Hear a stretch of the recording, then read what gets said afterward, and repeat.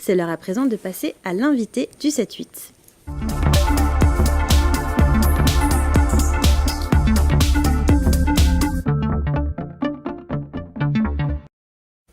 Et ce soir, l'invité du 7-8, c'est le président et le fondateur du Centre européen de musique de Bougival, Georges Chaminet. Bonsoir, vous êtes en visio avec nous.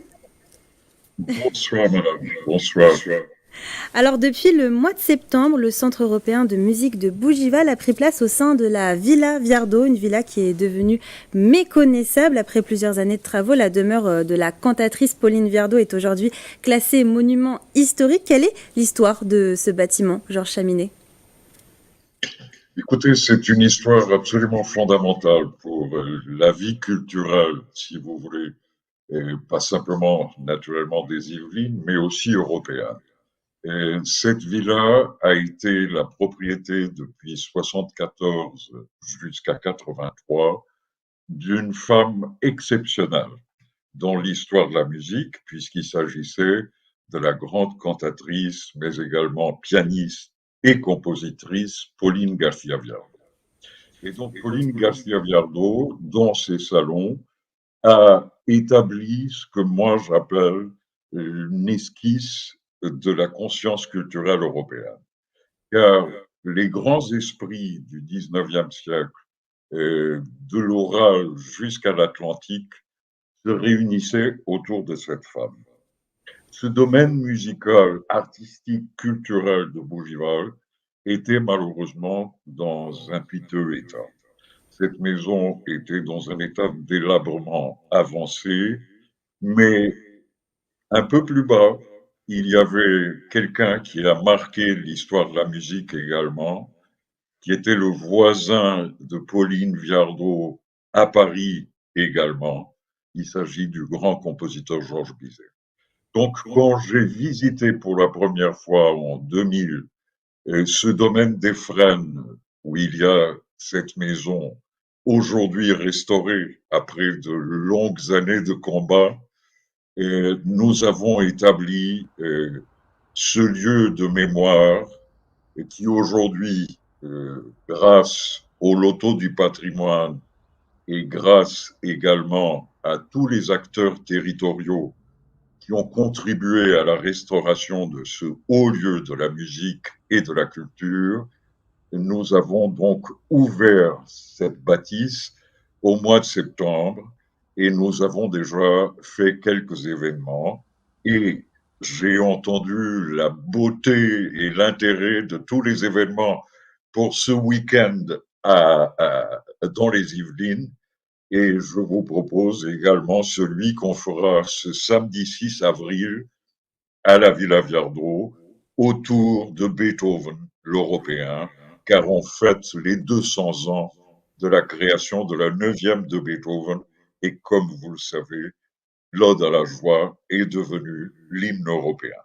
Alors on va en parler dans quelques instants, mais avant, j'aimerais vous demander quand même, depuis mars, il y a eu plusieurs rendez-vous, plusieurs concerts qui se sont déroulés au sein de la Villa Viardot.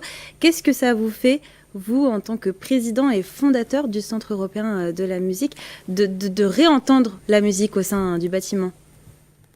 C'est comme vous pouvez l'imaginer, une immense émotion.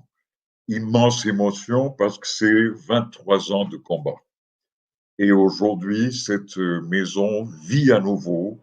Elle a eu énormément déjà de manifestations depuis sa réinauguration, mais le futur aujourd'hui me donne véritablement l'espoir, plus que l'espoir, l'espérance que ce lieu deviendra de nouveau un haut lieu de la musique. Les visiteurs sont au rendez-vous depuis la réouverture ? Écoutez, c'est formidable parce que malheureusement la jauge est assez limitée, mais nous avions pu avoir plusieurs concerts déjà, car l'intérêt du public est là et cela me donne une immense satisfaction. Et donc ce samedi 6 avril, vous l'avez dit, vous organisez un nouveau concert à la Villa Viardot. Il s'intitule Beethoven l'Européen. Alors pourquoi Beethoven l'Européen ? Bon, j'ai déjà dit qu'il y a une coïncidence heureuse que l'Ode à la joie de la 9e symphonie de Beethoven soit notre hymne à tous, nous, Européens, mais également parce que Beethoven représente parmi les compositeurs quelqu'un qui nous a donné un exemple extraordinaire, celui d'être à la fois un génie musical, mais également un être humain exceptionnel. Je pense que de plus en plus, nous devons avoir des référents comme lui dans un monde qui devient de plus en plus divisé, de plus en plus violent. Et là, nous avons un exemple extraordinaire de ce que c'est un grand génie musical, mais également un grand être humain. Et donc le concert sera suivi enfin, les concerts en règle générale sont toujours suivis par des moments d'échange avec des spécialistes, des experts. Pourquoi c'est important pour vous d'apporter ces échanges? C'est important parce que on renoue, si vous voulez, avec la tradition des salons de Pauline Viardot.